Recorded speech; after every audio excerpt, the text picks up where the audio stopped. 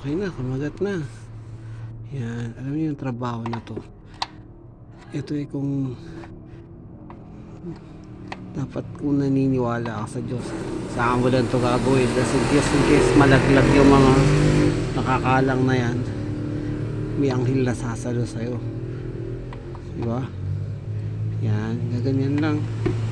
Ang ano niya, ang pagtanggal niya, papunta sa'yo yung hawakan ng wrench. Yan. Medyo malawag na yan. Pwede na siguro itong kamayin. Yan.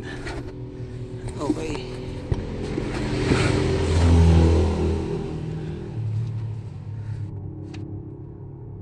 Okay, 1, 2, 3.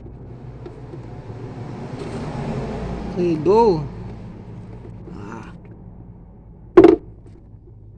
Itim na. Sabi nung nagbenta, bago lang daw palit ng langis. Parang ano na to eh, sunog na. Bayaan lang natin siya.